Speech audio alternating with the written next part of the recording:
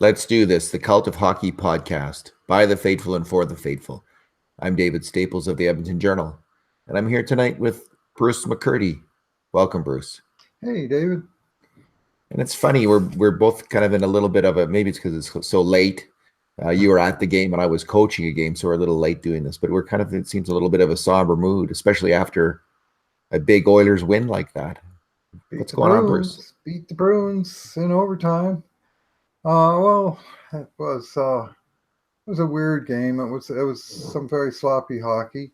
Thought the Oilers were very fortunate to even be in the game, to tell the truth, for as poor as they were in the first period, especially. And of course, losing a couple of guys to injury adds to the chaos, and it also provides some uncertainty over what happens next, depending on how severe are these injuries. But I'm sure we'll talk about those as we go along. But it was.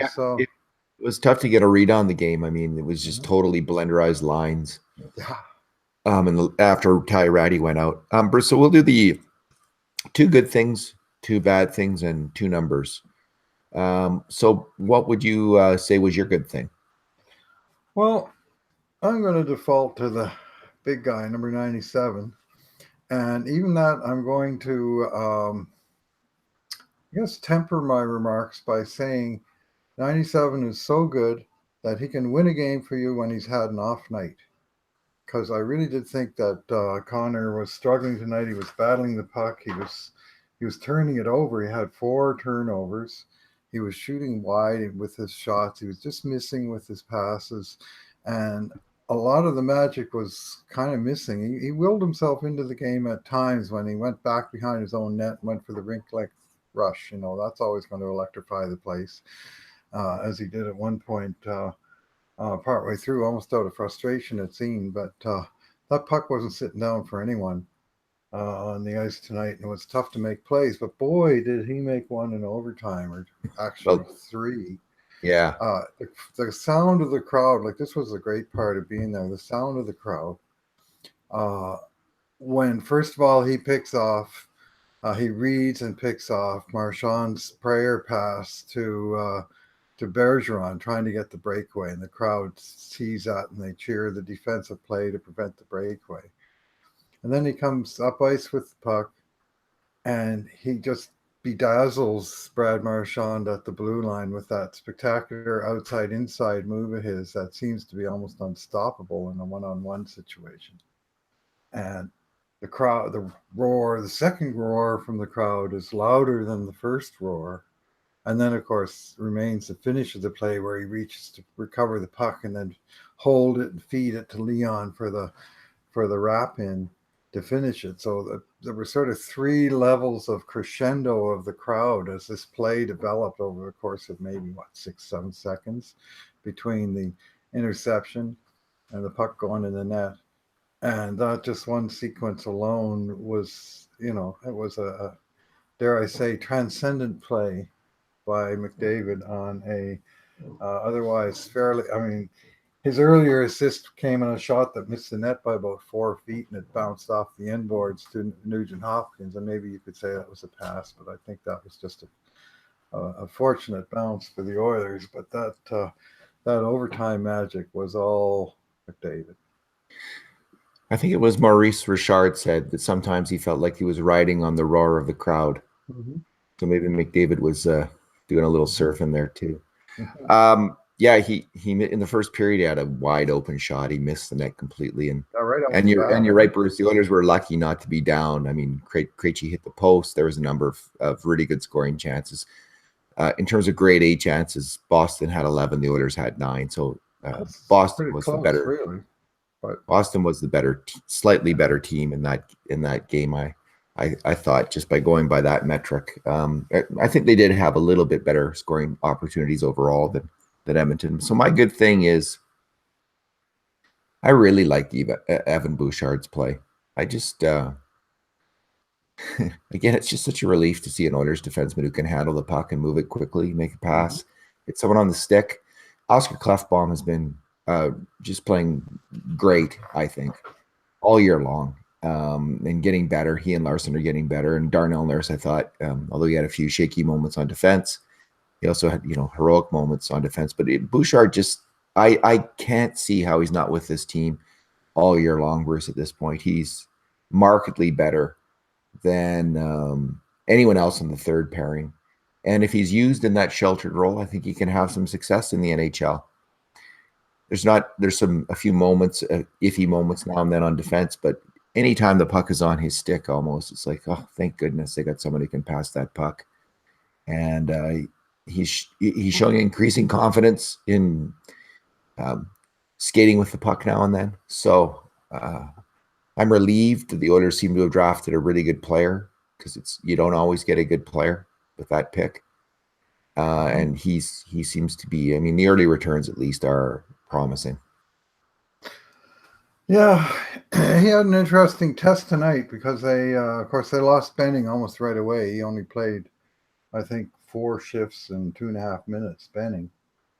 And they had, so they had the top 4 that they relied on heavily, with Clefbaum 28 minutes, Nurse 27, Larson 23, Russell 23. Like, those guys really carried the load. Bouchard 13, including, I think, just 2 in the third period.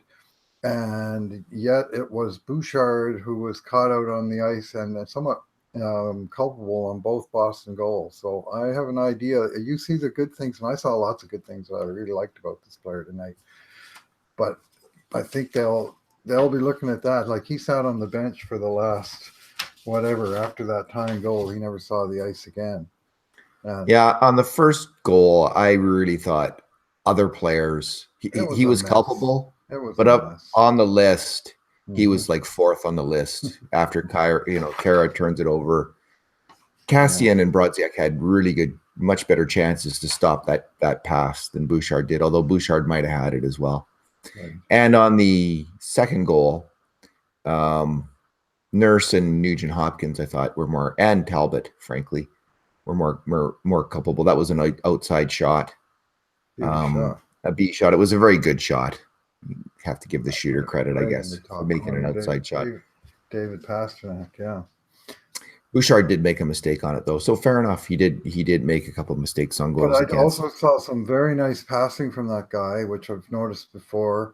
Got one taste in the end right in front of me of the great shot that he had from the point, just a rocket, and he's got the vision to get the puck through traffic. Doesn't always get it through. I mean, the traffic's pretty heavy in this league, but he knows where he's shooting it, and he's got some idea in mind, and he's he's got some lessons to learn. But the shot's very heavy. That was my takeaway. Was how, and as a goalie, it's an odd thing. Heavy shots, like, the puck's the same weight, right?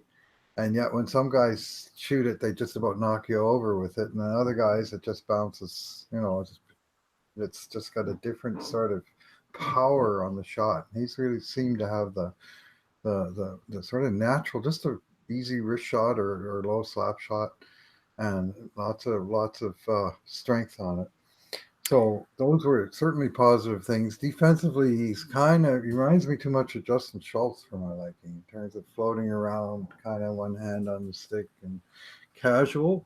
And it's still possible to make good defensive plays like that, but sometimes it's not so easy. He looks to me a little bigger and stronger than Schultz ever was. And is more able to rub someone out physically. Your cat's trying to get in there, scratching at the door. I'm going to go let her in. Okay, I'm going to start, Bruce, with my my bad thing then. So my bad thing in this game was were the injuries to Matt Benning and Ty Ratty. So we don't know what is wrong with either Ty Ratty or Benning, although you hurt McClellan. I didn't, but McClellan's not sure. He thinks they might miss the next game. Ty Ratty, I thought, was just playing really, really well this year. Yeah, that's a drag. He was both a glue player and an effective attacker on that top line. And good thing Yamamoto stepped up, because maybe we'll be seeing him on the top line. But that's a real loss if Ty Ratty is out. And I don't, on defense, I think they have. I think Kevin Gravel, if he comes up, if he's called up, is as good a player right now as Matt Benning is. So they're, I think, more able to weather that storm if Benning's out for a while. If Ratty is out for a while, the Oilers are short on the wing, and that's a bad thing. And I think this leads into your bad thing as well. Yeah, they had some issues. Like, I was very tempted to just say the Oilers' handling of the puck inside their own blue line, especially in their constant inability to get the damn puck over the line. But among the players, one who caught my eye in not a good way, because really didn't make anything happen in the whole game, was Jesse Puljujarvi. And I mean, the stats line is bleak enough for him. 13 minutes, 0 shots on goal, one blocked, one that missed the net, and 1 giveaway. Not the full extent, of and terrible shot metrics. The Oilers only mustered 3 shots for, 8 against while he was out there, and the play was basically going backwards. He seems kind of lost in our zone, and frankly, tonight he just seemed lost in the game. He was sort of like, there was one play where the puck came to him just inside Edmonton's blue line, and he tries to make a pass back into his own slot, where there's like 2 Oilers kind of in the neighborhood, but there's also a Bruin or 2 floating around. Of course, it goes to one of them. And it was one mistake after another. It was just, and it was an endless. And of course, I'm a huge Puljujarvi fan. I know you like Puljujarvi. We're all rooting for him. He had a big game, and everyone's hoping that he can step up on Draisaitl's line. And man, he just crapped the bed. He didn't. It was hardly a good play all night long, and it's hard to know, is this a confidence thing or an effort, like a focus, a concentration thing? I think the ice was bad, David. Like, all of Edmonton's skilled players were really struggling in this game. Like, all of their most skilled players were, I mentioned McDavid, Draisaitl. We'll talk more about him in a minute. Nuge was, I mean, he scored a goal, sure, but he had some struggles, and Puljujarvi was battling it, and it just seemed like the puck was bouncing, sticking in the ice, just not really doing things that came naturally to them. Those guys normally weren't coming naturally to them.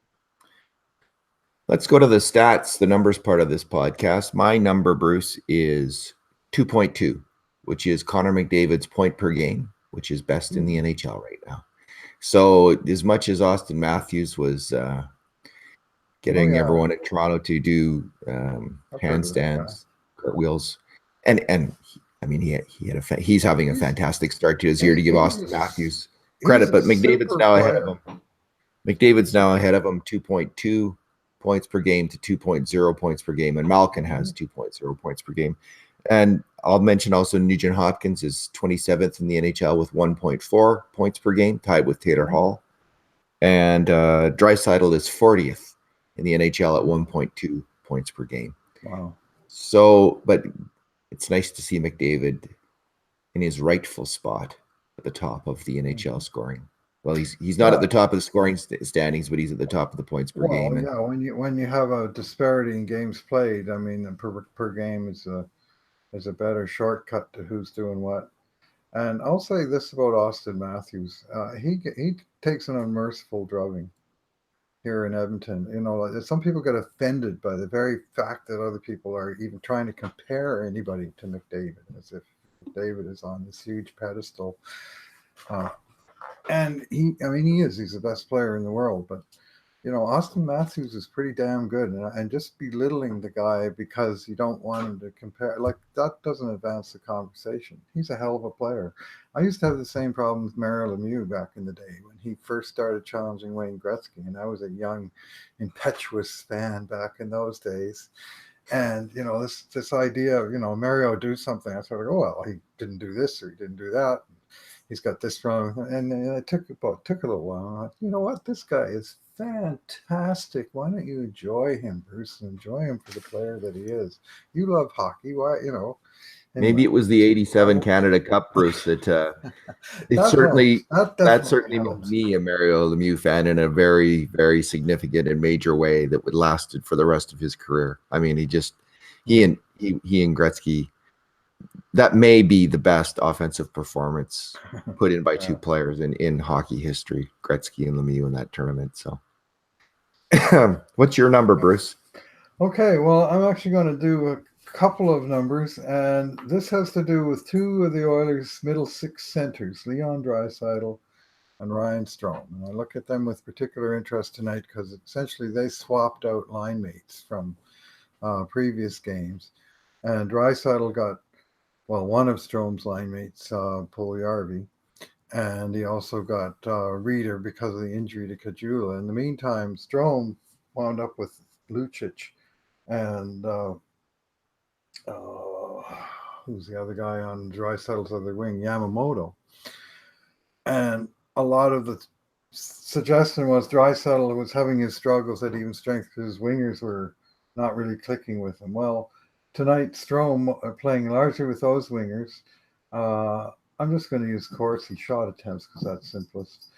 13-4, 6 against.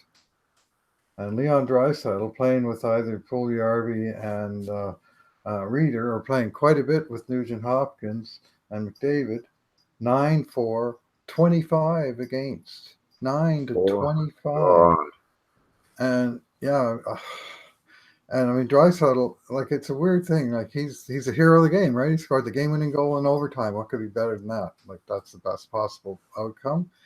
But you know what? He's stunk in this game, to my eye. And I'm a huge Draisaitl fan. I got him in my pool. I love Draisaitl.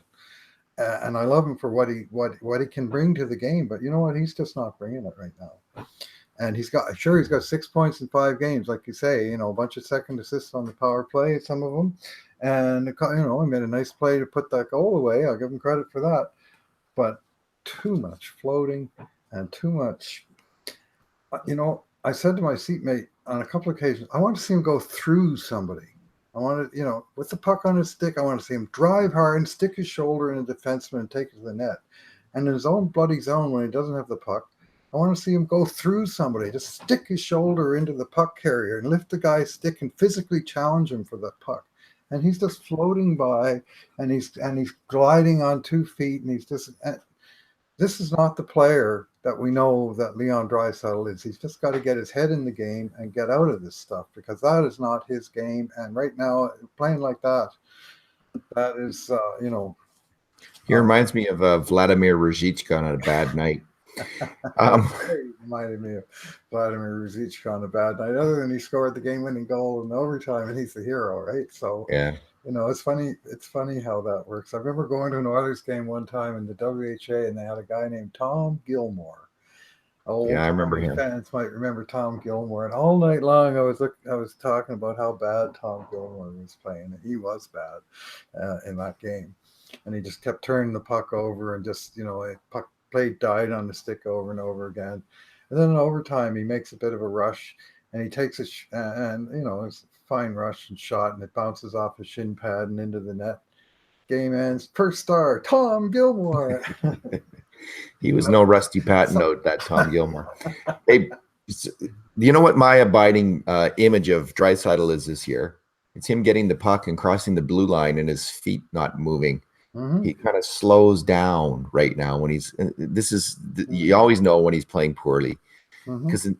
And he often did this with McDavid last year too. He'd cross the blue line and just kind of cruise in and look to make a pass. So instead of driving hard to the net, like as you suggest, going through someone, he's kind of slowing down and getting fancy. Like, he's got to wake up. And I agree with you. Mm-hmm. And he and Puljujarvi should be a force together. Yeah. I think. And they're both big, skilled guys. Like, just start use your size and hustle. If they both use their size and hustle and decide they're gonna just bust their butts on the forecheck, that's gonna work for them. They're gonna succeed together. I have no doubt about it. Yeah. But if they don't make up their minds to do that, Bruce, Draisaitl, he's not going to be earning his paycheck, and Puljujarvi's might not going to be forever in Edmonton.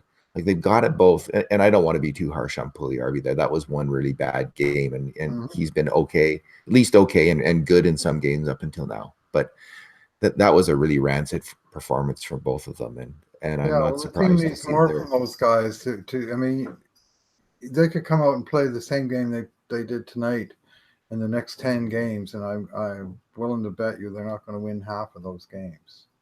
Yeah. And good for pointing out Strome's strong play tonight. I think he was very effective. He was excellent. I really thought he was strong in the defensive zone, and he was good on the penalty kill. In fact, the Oilers were good on the penalty kill. They really easily killed off the 3 Boston power plays, including the crucial one with about 5 minutes to go in a tie game. And Strome is he's finding his way. I think he's skating, he's moving the puck. Like, he's not the most imaginative offensive player, but the puck's going in the right direction a lot. I really like Lucic in the game too with Strome. I thought he was, that was his best game of the year, I thought, and it's not even close. He was really fierce. He was hustling. He was effective. He's on the he did screw up. He was one of the people, or did he screw up? No, just on a really dangerous scoring chance near the end of the game. That he was part of the sequence of pain in making mistakes. He and Nurse kind of got beat in the slot area, and some bad stuff came very close. Nurse credit for making 2 big plays right on the goal line to keep the puck out. Those were both in the net in front of me, and they were both damn near goals. And but Nurse, I thought he was dragging his butt a little bit, just a little bit slower back on pucks. Like, he's a wonderful skater. But he's piled up a lot of minutes. He played 27 and a half minutes in Winnipeg and another 27 and a half tonight. I thought he was, in the third period, he was just lagging a little bit, like still good, but just not quite on the peak of his physical. 27 minutes a game. He's earning his $3.3 million. Yeah, I would say so. Although it's a lot of money for anybody. And Russell earned his money tonight, and some people are not going to be happy with me, but Chris Russell. Oh, he was strong, yeah. I mean, you say that guy's not a $4 million defenseman. Well, tonight he was. I'll just leave it at that. He, played 23 minutes. He's the most underrated Oiler, Bruce. +1, 4 block shots. Just best possession numbers of the D, and he was, like, by eye, he was a pretty reliable rock out there. Not perfect, but he made a lot of problems go away. And again, he too on the penalty kill. So the Oilers' top 4 in defense, if those guys can stay healthy, they're looking pretty good right now. They've had 2 good games in a row, if you ask me. Those top 4. Anyway, we're both adding in multiple other good things here. So we're breaking. Well, 3-game winning streaks, David. They don't happen all the time, right? Well, that's pretty darn good. Bruce, let's leave it there. You're heading off to Jasper tomorrow, and off to the Jasper Dark Sky Festival. I'm a volunteer there every year, and it's always a good time.